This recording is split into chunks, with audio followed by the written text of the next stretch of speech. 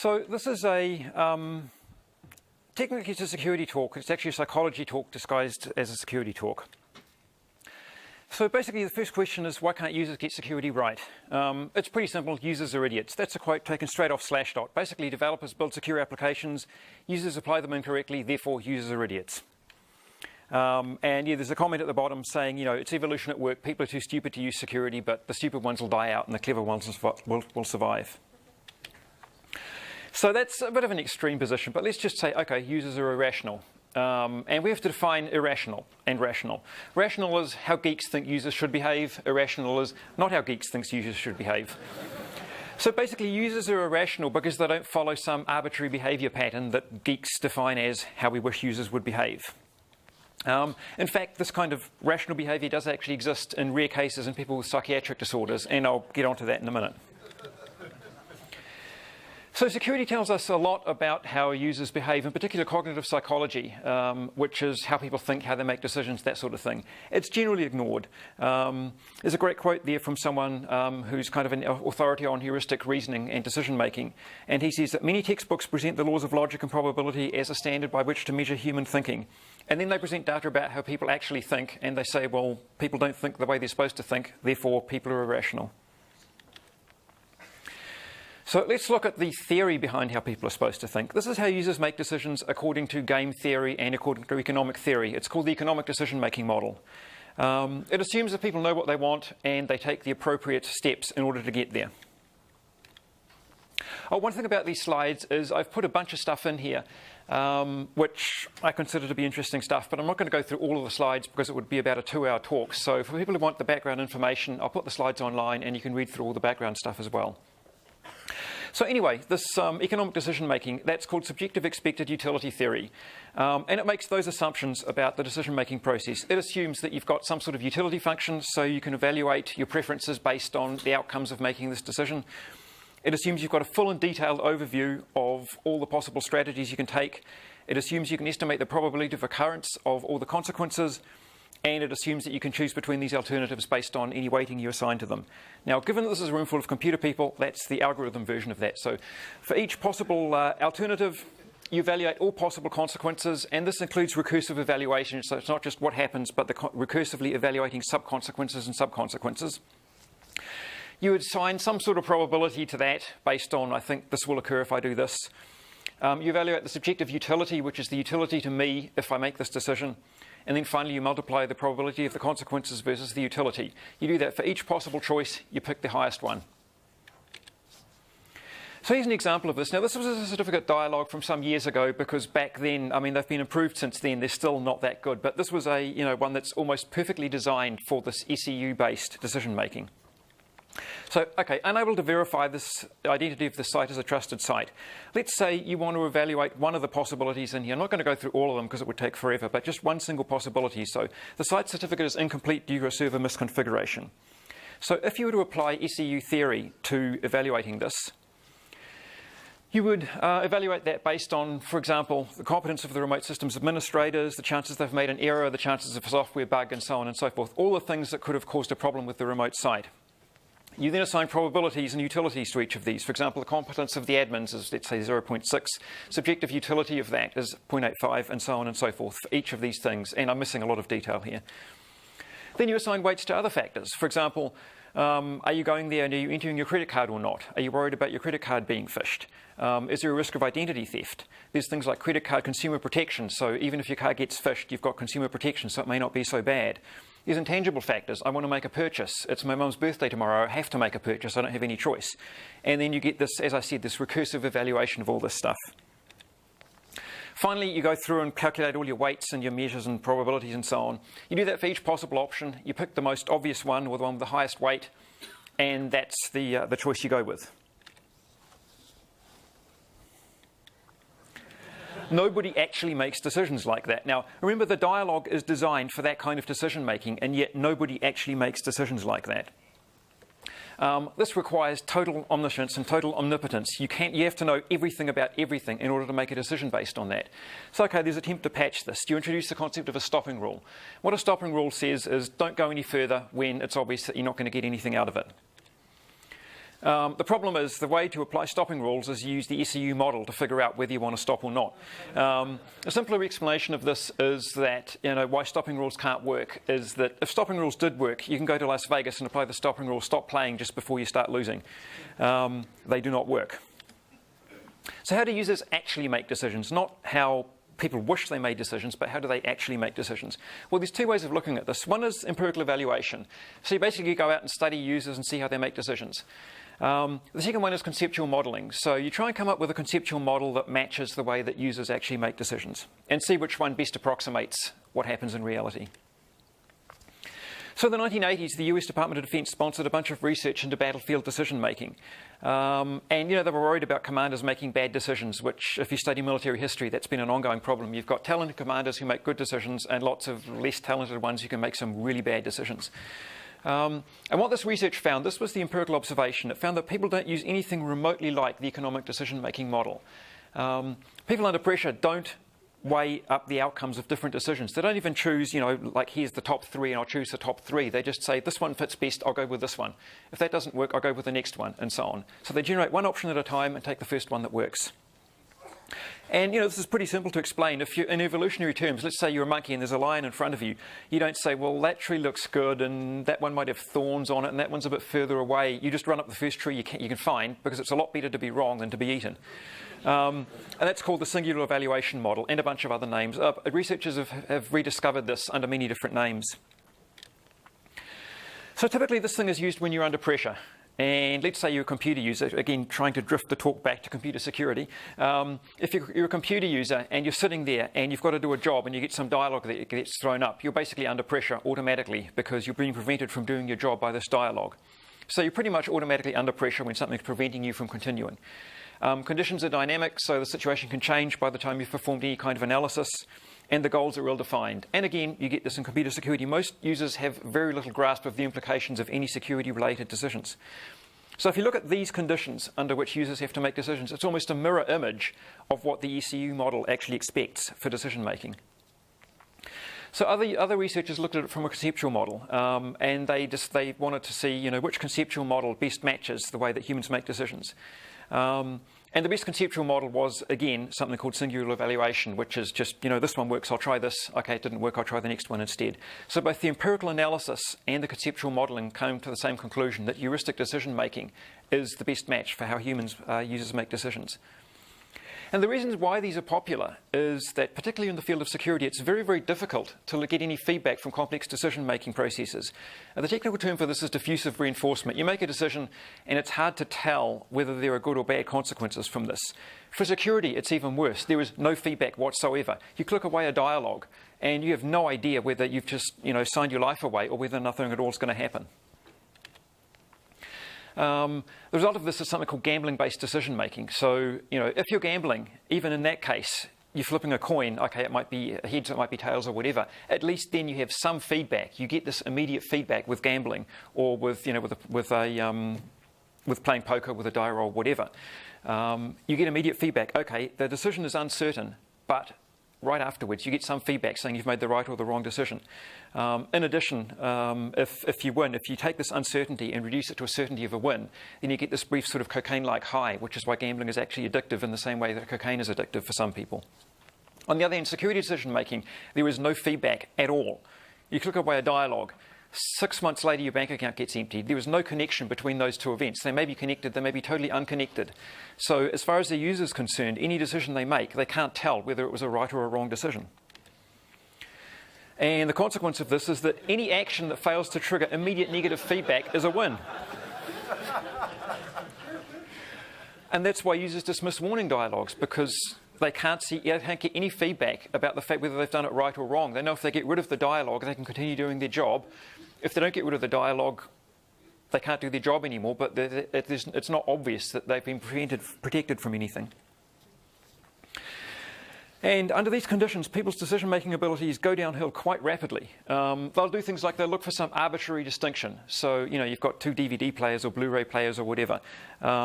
And I wasn't aware of Katie's karaoke thing, so I just put this in before knowing about this. But, let's say if you're not Katie and you look at the DVD player and you say, this one's got a karaoke function, this one doesn't, I'll get it with that, even though I don't normally do karaoke. You procrastinate, you decide based on irrational emotions, all these really terrible things. If you're making security-related decisions, these are the worst possible ways that you can actually make a decision. And it's not just strong emotion like job stress. Any form of strong emotion, not just job stress, can cause your decision-making abilities to go downhill rapidly. Any external stimuli, distractions, noisy environment, anything like that. Here's an example of this. Some of the experiments I'm going to mention here were done some time ago when the sort of requirements for human experimentation was a lot more relaxed than they are now. You couldn't do some of these experiments now. So soldiers were in a plane. They'd been trained how to exit a plane safely in terms of parachuting out. And there was this rehearsed conversation between the pilots discussing how the plane was about to crash and they were all going to die. And these soldiers had great difficulty in recalling the instructions they'd been given. There was this external stimulus, the stress, and suddenly their decision-making ability went downhill rapidly. Soldiers who hadn't had that priming about the plane's going to crash didn't have those problems. I'll skip these. There's a couple of slides I'm going to skip. And as I said before, I'll put them online so you can read through all the background detail. The thing is, this is not a bug. It's a feature. Humans need this ability to filter out relevant detail from all the background noise. The entire human information processing system consists of filtering out all the unnecessary garbage and focusing on the few bits that are actually relevant. For example, if you stop for a minute and feel the sensation of the clothes on your skin, which, until I drew your attention to it, you wouldn't have noticed because your information processing system is designed to filter out unnecessary noise like that.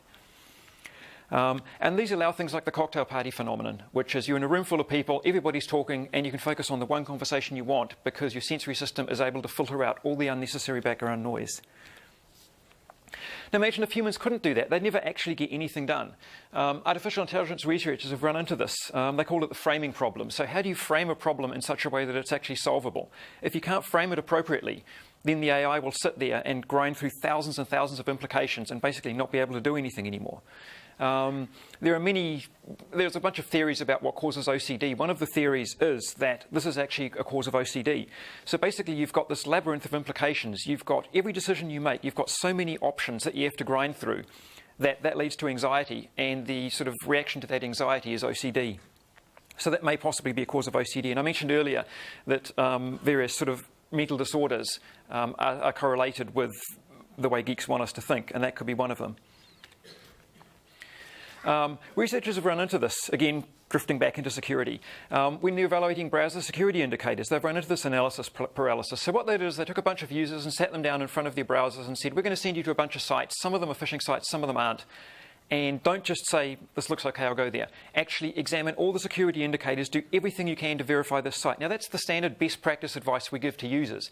Check certificates, check the padlock, check this, check that. Does it all make sense? So they actually had to abort the experiment. They found that users spent, this is a quote from the original study, absurd amounts of time trying to verify whether the site was legitimate or not. They turned off heuristic reasoning and gone back to this ECU, economic decision making. So they had a false positive rate of 63%. Basically, the web would become unusable if we didn't use heuristic reasoning. And even with ECU, even with singular evaluation switched off, they still had a false negative rate of 36%. So it actually made things worse rather than better. Now, there is one small class of people who do actually use the ECU model, and that's people who have sustained damage to the frontal lobes of the brain. That can be either through physical damage or it can be a viral infection or something like that. Or it's more commonly known as a lobotomy if it's done as a medical procedure. So there's a great report by a neurology professor called Antonio Damasio who talks about this. He had a patient who had damage through some sort of viral infection to the ventromedial prefrontal lobes of his brain. And he asked him, when do you want to come back for next week's appointment? And this guy sat there for half an hour. That's his text there, basically trying to grind through all the possible implications of, shall I come back Thursday, but it might be raining, and then I have to catch the bus, and the bus could be late. And he sat there for half an hour. He basically couldn't come to any conclusion because he was using the ECU model to try and figure out when he was coming back for his next appointment. And there's also extreme cases of this, extremely rare, but it does occur occasionally, something called somatizing catatonic conversion, in which this analysis paralysis becomes so bad that the patient simply goes completely catatonic. They can't actually they can't get to the point of making one single decision because there are so many implications to work through. So this is not a bug, this is a feature. You need this to function normally. So this is some stuff I'm going to skip. This is some background on evaluating heuristic reasoning, where they compared heuristic reasoning to things like multiple linear regression. And they found out that the heuristic reasoning was actually better than multiple linear regression. For mathematicians, the problem was overfitting. So it took all these completely irrelevant parameters into account, whereas heuristic reasoning just filtered out the most relevant stuff and went with that.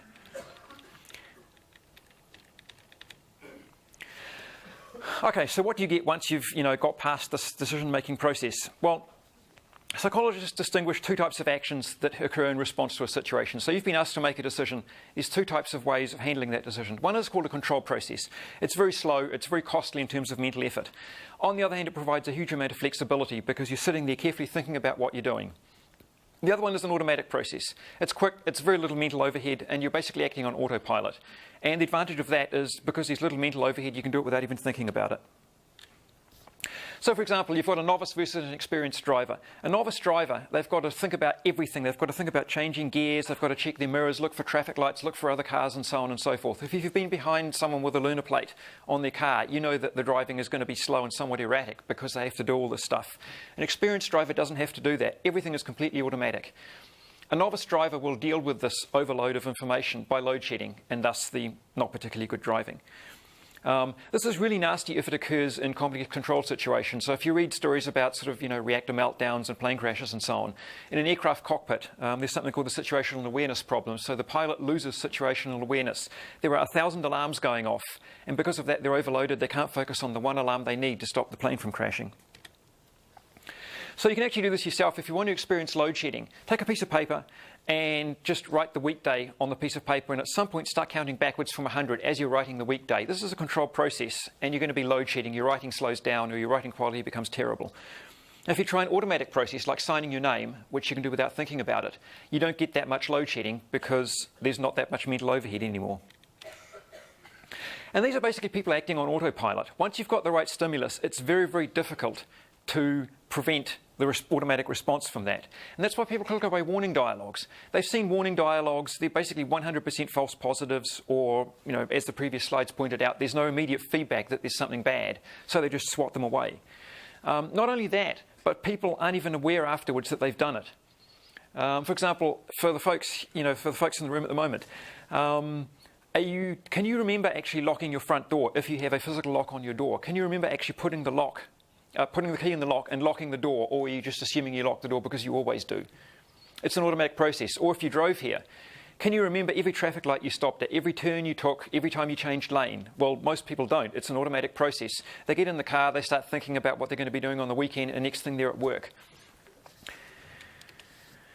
And so Microsoft have actually encountered this in the automatic update system. If you look at the automatic updates in earlier versions of Windows, this is not an antivirus, but in earlier versions of Windows, they've become progressively more and more persistent and insistent in making you apply them.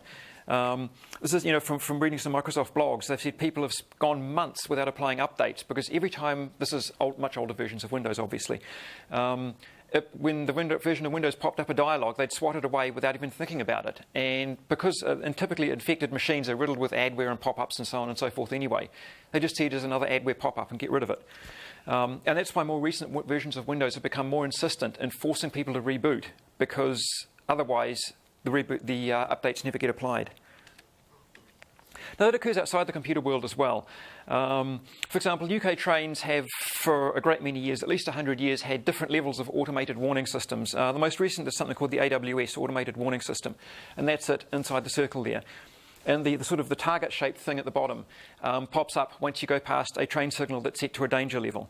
And at that point, the driver has 3 seconds to hit the button underneath it. And if they don't do that, the brakes are automatically applied. So it's basically kind of a dead man switch, that if the driver doesn't say, I'm aware that there's a danger condition, the train is automatically stopped.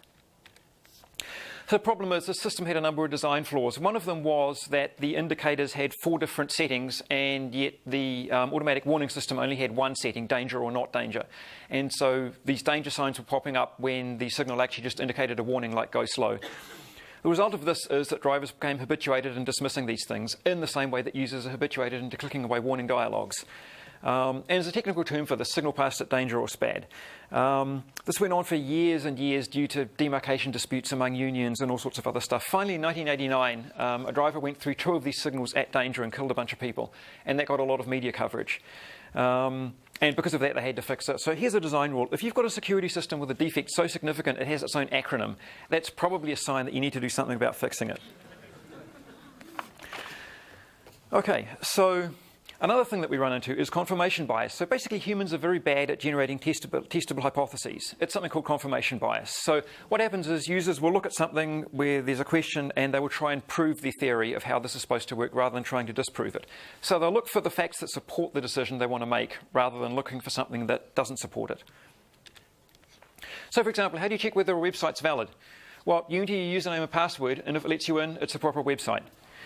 Now, people laugh at this. The thing is, if security geeks had designed the security mechanisms properly and the server and the client did a mutual challenge response authentication, that would be a valid site test. So the problem isn't that users are stupid. The problem is that users are acting in a normal, sensible manner to them, and the underlying software, the underlying crypto, isn't doing what the users want it to do. So the US Navy had this problem in 1988 when they shot down an Iranian civilian airliner. So what happened in this case was there was an airport that was shared between commercial and military traffic, and they could see something taking off.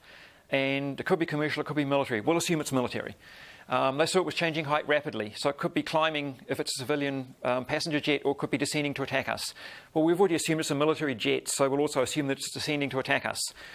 The next thing it's going to do is it's going to either turn away from us, civilian jet, or turn towards us, military jet attacking us. Well, we've already made these previous decisions, so we'll assume it's coming towards us, therefore it's a military jet, we have to shoot it down. And that was confirmation bias, because every step of that process confirmed the existing expectation. And they didn't say, well, wait a minute, what if it's not a military jet? What if it's a civilian jet? What would it do next? So the Navy introduced this thing called the step cycle. So you create a story, which is create a hypothesis. You then test the hypothesis. Is this actually sensible, or is there an alternative story that we could use that is far more valid and plausible? That works for the Navy because they're trained in doing this and they get drilled in this. Unfortunately, for a typical user, you're sitting in front of a confirmation dialogue. You haven't got this Navy training to do it. There's some other things as well. There's disconfirmation bias. It's exactly the opposite. So you've got an invalid but relatively plausible explanation for something, and people are more likely to accept that than a valid but implausible one. So typical example, I've got a web browser and it looks like my bank site. It's somewhere in Eastern Europe. Well, the browser must be displaying it wrong. And again, that's normal human behavior. That's not some sort of bug in reasoning. So the CIA has got this neat manual called the Psychology of Intelligence Analysis.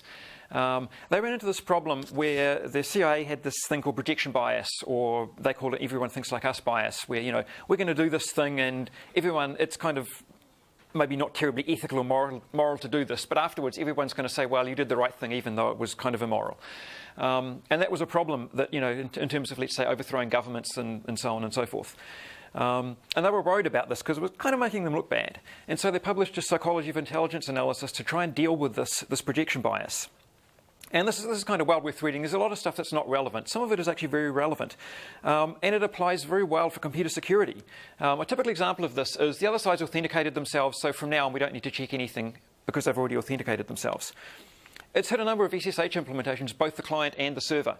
Okay, the client's entered their password. They wouldn't dream of sending a malformed packet after they've sent their password. Of course, you can do a privilege escalation and get root, but people hadn't considered that. Other examples, Unix access control.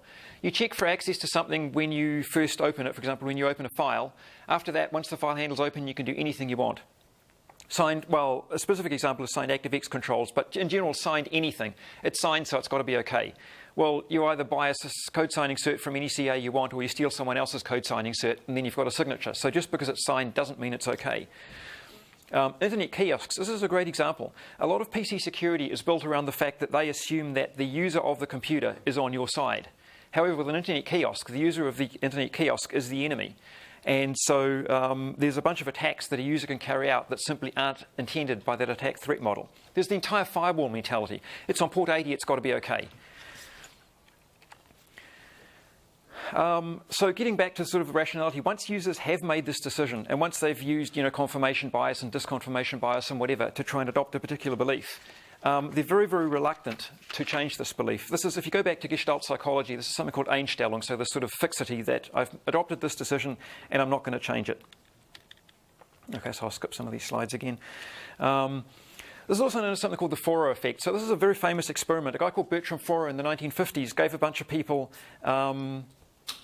horoscopes, and they said, we've created these individualized horoscopes for all of you, and we want you to rate how good they are, how applicable they are to you, on a 5-point Likert scale. Now, what a Likert scale is typically people don't like rating it in extremes. So people won't rate extremely bad or extremely good. They'll rate towards the middle.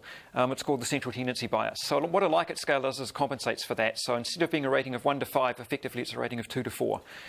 The average rating these students gave was 4.26, which means it's like incredibly high, again, because people don't like rating at extremes. So they all rated all of these horoscopes, these individual horoscopes, as very, very applicable to them. They'd all been given the same incredibly generic horoscope. It told you nothing about you. It was completely generic. They all rated it as very applicable. Another example of this kind of bias, so the professional palm reader. Some researchers went to a professional palm reader, and this palm reader was rated very highly by his clients. And they told him, from now on, tell your clients the exact opposite of what your palm reading actually says. And the clients still rated him extremely highly. And there's a bunch of other stuff like that. Experimental psychologists really like messing with people.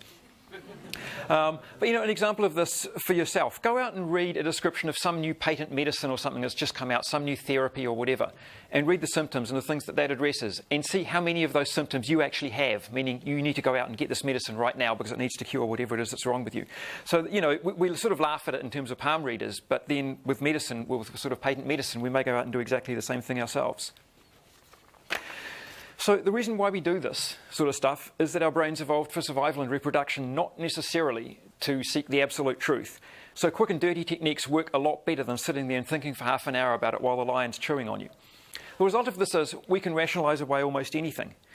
Again, I'll skip this one. But there's a great experiment, again, done about 20 or so years ago, where researchers created these things, they called them inexplicable situations. So it was just 2 sentences jammed together, no connection whatsoever. Example there, Kenneth made his way to a shop that sold TV sets, and Celia had recently had her ears pierced. And then they asked subjects, connect these two, find some reason why these two are connected. And they had 10 seconds. 71% of subjects could find a connection between these two completely randomly chosen unrelated sentences. And so the sort of conclusion from this is that people conduct plausible explanations for something and then continue to believe them, even if they're shown that the evidence for their conclusion is wrong. When they were told these sentences are random, there's no connection, they still believed the connection that they had established. And obviously this plays straight into the hands of con artists and fishers. Here's an example from a fishing study. So humans went to this fishing site people that did go to this fishing site that fell for the fishing sites were asked, why did you go there? That's all the reasons for them. So, this sslyahoo.com is a subdirectory of Yahoo. They probably had to register a different site from their brand because it was already taken. Other sites use redirection, so it was okay, and so on and so forth. The thing is, this is normal human behavior. Humans can rationalize away pretty much everything. This isn't stupid users. This is normal users trying to explain the discrepancy between what they're seeing and what they're expecting to see. So here's an extreme example of rationalising everything. There's a procedure called a corpus callosotomy, or it's more generally known as a split brain, in which people who have extreme epileptic attacks actually have the 2 hemispheres of their brain separated to try and deal with these extreme epileptic attacks. Now, because the left and right side of the brain process different bits of information, for example, one processes speech, one processes visual information, you can feed one part of the brain information and then ask the other side of the brain why it's doing this based on the information.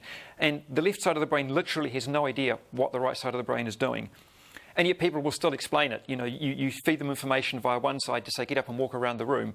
And then you say, why are you walking around the room? Well, my legs must have been stiff. I wanted to stretch my legs. So that's called illusory correlation. People see connections even when there aren't any. Okay, I'll skip these ones again. So basically, you've got this sort of self-deception. You can rationalise anything. And again, this is not a bug. This is a psychological defence mechanism. There are people who have a much, much better grasp of reality than people with this high level of self-deception. And that's depressed people. It's called depressive realism. So basically, depressed people suffer from a deficit in self-deception. And their decision-making is much closer to the SEU theory than for non-depressed people. And in sort of neurochemical terms, basically serotonin deficiency, which is associated with depression, gives you a very narrow focus. So you can focus on the thing you actually care about, rather than just using heuristic decision making. Okay, so what about going the other way around? Okay, depressed people have depressive reality. What if we could remove emotions from decision making? Well, okay, that's been not deliberately tried with, but people have looked at that as well. So there's a part of the brain called the amygdala, which is it's part of the primitive limbic system, and among other things, it's related to the processing of emotions. And people occasionally have problems with damage to the amygdala, usually due to viral infection or something similar. And you'd think this would be a good thing. This would lead to completely rational, logical decision-making. All emotions are removed from the decision-making process. Well, in practice, it makes people worse decision-makers rather than better decision-makers because they no longer care about what they're making the decision about. And so their decision-making ability goes downhill rapidly. So even removing emotions from decision-making doesn't make it better, it makes it worse. So basically, yeah, these high levels of self-deception, the ability to rationalise away anything, are correlated with notions of good mental health. If you remove the self-deception, then various mental disorders appear. So the problem with this is that, all these fixes, either accidental or deliberate, to self-deception and so on and so forth, no matter what you apply, they end up making things worse rather than better. So basically, the state we exist in now and the state that users exist in now and the way they make decisions is pretty much the optimal state.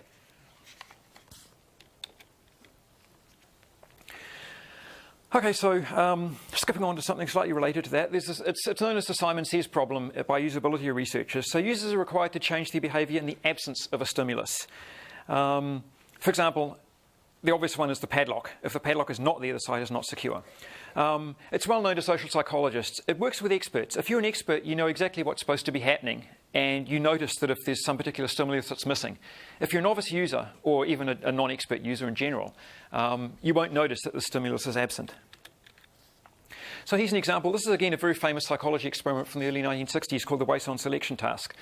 So a guy called Peter Wason took some subjects and showed them sets of trigrams, basically just cards with letters printed on them, and said all these cards have something in common. And after, on average, going through 34 sets of these cards, they said, OK, all of them there's a letter T in each of these sets. Now, if you reverse that so that they do not have the letter T in there, no matter how many cards people looked at, they could not figure this out. In other words, they were totally unable to detect the absence of a stimulus. But that's exactly what browser UI design expects us to do. We have to detect the absence of a padlock in order to find out that there's a problem. So, yeah, people find negative information very, very difficult to process. Here's an example of this. This is a propositional calculus problem used by psychologists. If today's not Wednesday, then it's not a public holiday. Today's not a public holiday? The question is today not Wednesday? This is the worst way you can possibly phrase this question. There's a bunch of alternatives, generally positive phrasing. All these negatives means that this is the worst possible way in which you can phrase this question. Now consider what browsers ask. If the padlock is not showing, the security is not present. You couldn't actually make this any worse if you tried. So there's something called inattentional blindness, and I think I'm going to skip these slides to let you guys get away for afternoon tea. Again, if you want the background detail behind this, just read the slides. So there's a couple of interesting experiments in this. Although there's one thing I'm going to do, given the audience at the moment. So I'm going to use you as my guinea pigs. So Windows Vista added these UAC dialogues. Could I get a show of hands of people who know that they have different colours for different situations? OK, keep your hand up if you can explain what the different colours mean. One person, OK. Yeah, did you write it? Okay. Okay, so basically it's sort of the wrap-up, geeks versus humans. So this leads to a problem. If geeks think that people use heuristic reasoning and all sorts of other stuff, they're very different from normal humans. So the problem is that the geeks who build the software think very differently from the humans who actually use the software. Example of this is brand recognition. Let's say you go into a store and you want to buy a DVD player or Blu-ray player or whatever, Android media player. And I've used the DVD player because it's relatively simple and straightforward. So most users will go in there and they say, this is a Philips player or whatever is a major brand in the US. I recognise this brand, I'll buy it. Geeks will look at the Kamakuza player and say it supports all these video formats and you can plug in a USB key and you can plug in SD cards and it's got a Wi-Fi interface and who knows what else. So I'll buy that. That's the economic Bayesian or Bayesian decision-making model. For both sides, that's a great XKCD comic that illustrates that problem. For both sides, this is a perfectly natural, sensible way of reaching a conclusion. For the normal user, they've made a sensible decision. For the geek, they've made a sensible decision. And they've come to exactly the opposite conclusions.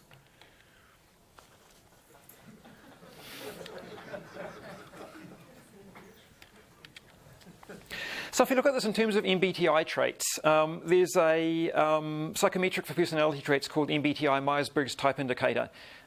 It's been superseded by something new called 5-factor, but this is a traditional one that's often used by employers and in employment tests. I've got to add a disclaimer here that this is not actually a personality test. It basically takes Jungian personality types and then bins you into one of them. But employers like it because they say if you've got this personality, you'll be good at doing this sort of thing. There is a particular type called something or other TJ, so there's various characteristics. I won't go into this because it's going to be another half-hour talk. But basically a star TJ personality types, that tends to be the geek personality type. Even more than geek types is computer security people who tend to be int Js specifically, so one very specific personality out of the 16 possible personality types. And again, the disclaimer, the fact that if you're a geek that makes you a star TJ doesn't mean that if you're a star TJ personality type it makes you a good geek. Okay, so why does this make geeks weird? Well, only 7% of the population have that star TJ personality profile, and a minuscule fraction of the population actually have the full int J profile. That means that 93% of the users that geeks are writing software for are completely unlike them in terms of their personality and how they function.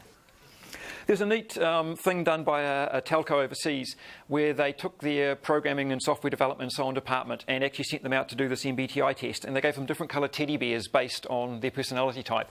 And the entire programming department was a sea of red teddy bears. It was completely uniform personalities, absolutely no difference from int J. So here's a final example of the difference between geeks and normal humans. This is from Aristotelian logic. So all of Anne's children are blonde. Does it follow that some of Anne's children are blonde? And for any logicians in the audience, because I got called on this before, assume that Anne has a non-zero number of children. So this is not a trick question. This question is asking exactly what you think it's asking. Can I get a show of hands of how many people think that if all of Anne's children are blonde, then it follows that some of Anne's children are blonde? Not everyone. Wow. Okay. So for most geeks, this follows. All A are B, then it obviously follows that some A are B. For 70% of normal humans, meaning non-geek humans, when I say normal humans, I mean non-geeks, consider this invalid. And in the psychology jargon, this result is robust. So if you try it across lots of different cultures, if you rephrase this thing any way you want, you get exactly the same response. So basically, a lot of the people creating the software just don't think like the majority of the people that are actually using this. So conclusion, basically humans' minds don't really work the way that most geeks' minds work. And the problem is lots of applications are written by geeks for geeks. Even supposedly user-friendly ones, they're still somewhat too geeky for normal humans to use. The mind works in counterintuitive ways, and as I've shown in the various slides, that's not a bug, that's actually a feature. The mind has to work that way, because if it worked the way that geeks maybe would like the mind to work, you get all sorts of mental disorders and emerging. And finally, geeks are weird. Okay, so if people want to read the slides with lots more background information, I'll put them up within a couple of days. And finally, there's actually an entire book chapter I've done on this, which gives references and pointers to books and other stuff. I find this stuff really, really fascinating. I'm not sure if it's that fascinating for anyone else, but if you want further reading, there's some pointers to more reading there. Okay, we've still got a couple of minutes. Any questions? So what do the colors mean? Sorry? What do the colors in the UAC dialogue mean?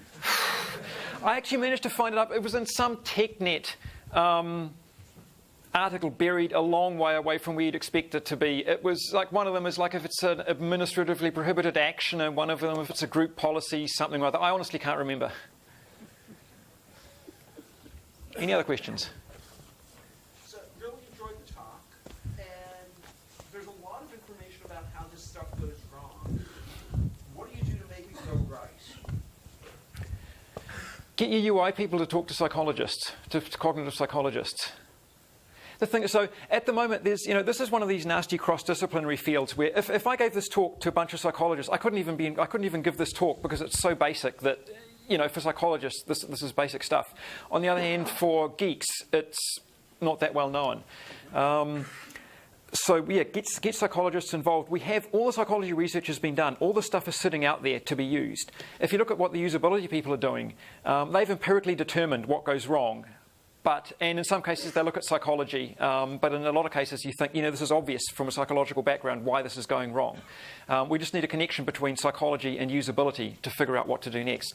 And there is a lot of work in psychology where you can look at the paper and say, this is the experiment we did on, we tried this and no one could get it. We rephrased the question this way and suddenly we got a much higher success rate. So the material's out there, it's just a case of digging it up.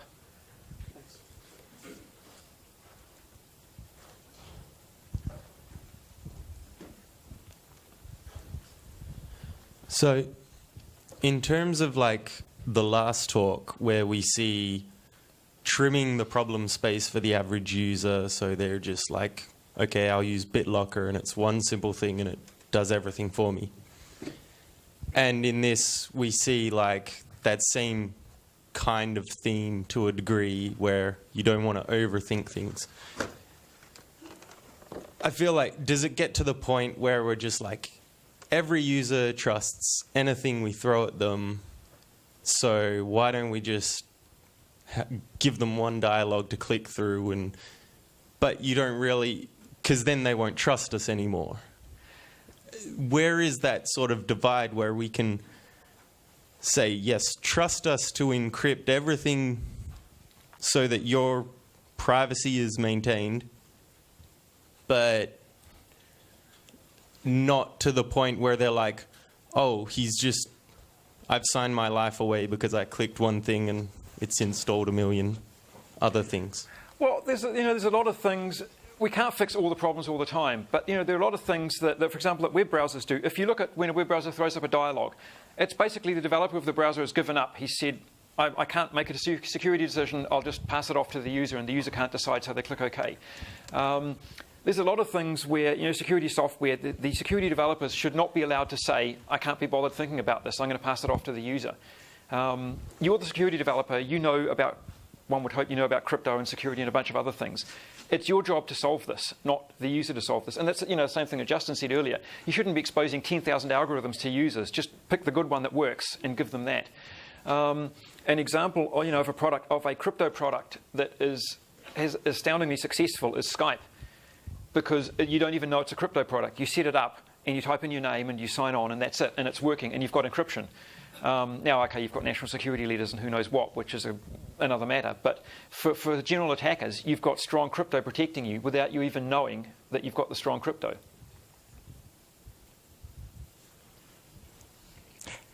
Okay, so I have a question kind of in the same field. The thing is, you mentioned, right, there's like normal users, they take in signals.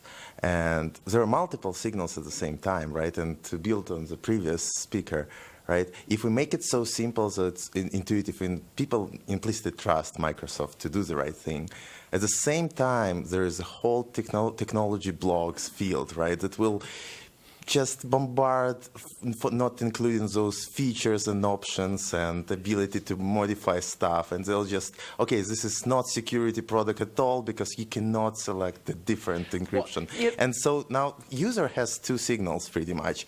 One is they kind of trust Microsoft. Second, they hear everywhere that it's not good enough. And how do you solve it? Yeah, and that's sort of the geek problem. You're dealing with a vast mass of users who really need to be secured because they're not geeks, and then a small number of geeks who can probably secure themselves anyway, but who are going to shout very loudly if you don't give them their favourite cipher.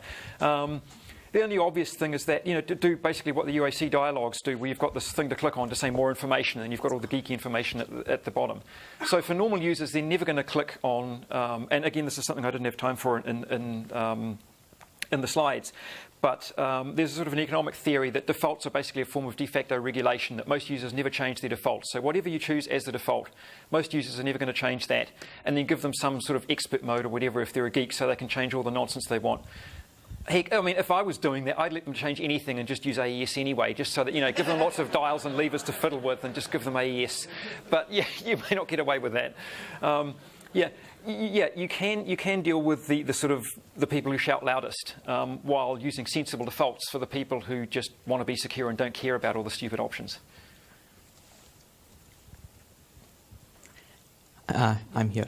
Yep. Oh. So My question is regarding the relevance of the research presented, of not the research, the study, different studies presented to today's generation, I suppose. So it's been widely believed that millennials onwards, the sort of thinking they have, the sort of data they need to make a decision is different. In a lot of ways, maybe they are more geek than their elderly counterparts. Do you see a different outcome for these studies if they were done today? So some of the fundamental studies, and for example, the ones that I mentioned that were robust, have been done across different cultures, different time periods, and so on. Others, because they're evaluating fundamental human things that have probably been like that for 10,000 years. Others, it's very hard to tell. For example, we know that if you look at things like privacy, what teenage kids are worried about in terms of privacy threats, they're not worried about the NSA, they're not worried about the government, they're worried about their parents. That is the single biggest privacy threat on Facebook, because their parents are going to read that they got drunk last night when they shouldn't have. So yeah, there are some changes in the high-level abstract stuff, so let's say privacy concerns. But I think the fundamental underlying stuff, like confirmation bias, it's been that way pretty much forever, and I can't see that changing. Thank you. And I think we're out of time. I'll be around afterwards if people want to ask me more questions. One more. Oh, okay, sorry. Are there any studies that kind of go on? We've talked about how users go through that initial rationalization, the monkey and the lion type of situation. What about after they've got, for example, negative stimuli? For example, we're in a cloud world now. Everybody's going there and trusting the website, clicking, yeah, I'm trying to buy something. I'm trying to use a cloud service. And then that is betrayed in some way. For example, PlayStation's problem they had a few years ago. Are there any studies about that, how users or people in general integrate that into their behaviors, and what do they do? There's been, I don't know of any studies from the psychology field. There's been the sort of the X stages of grief kind of thing, analysis, but I'm not aware of any psychology studies of the feedback. So studies have been done by usability people, which is more empirical, rather than the cognitive psychology, which is, we have this mental model of how users are supposed to react, and have they actually done this?